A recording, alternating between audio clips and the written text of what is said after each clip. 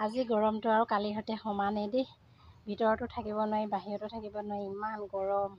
আৰু মই মানে আজি মূৰো ধুই আহিছোঁ, আৰু মূৰ ধুই পেলাই এয়া চুলিখিনি মেলিব নোৱাৰোঁ, মানে শুকাবলৈও দিব নোৱাৰোঁ, ইমান গৰম উঠে। এতিয়া এনেকৈ বান্ধি থৈ দিছোঁ, শুকোৱা নাই যদিও ভালকৈ কাপোৰে মোহাৰি।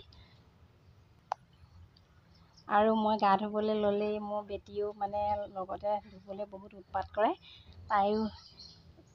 তাইকো ধুবলৈ দি মই সেই ধুই মেলি আহিছোঁ। তাইও মানে ইমান উৎপাত কৰে, মোৰ লগত সমানে গা ধুবলৈ লাগে, সেইকাৰণে তাইক বাহিৰতে গা ধুবলৈ দিওঁ। ভালকৈ ধুবা দেই, একদম গোটেই গাত একেবাৰে ঘঁহি ঘঁহি ধুবা। মই মূৰত পানী অকণমান ঢালি দিওঁ নি? আইও, মূৰত পানী ঢালিলে আকৌ গালি পায়। ভালকৈ ধুই থাকা, নহ'লে মই তোমাক খচি খচি ধুৱাম। কাপোৰ যেনেকৈ খচে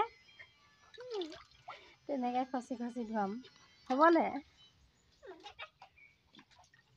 গা ধুওঁতে হেৰি কৰি ল'ব লাগে, চাবোন মাৰোঁতে পানী পৰা ওলাই ল'ব লাগে, তেতিয়াহে, নহ'লে পানীখিনিতে চাবোনখিনি গুচিয়ে যাব আৰু তোমাক নতুন চাবোন দিয়া মোৰ একো অৰ্থই নাথাকিব।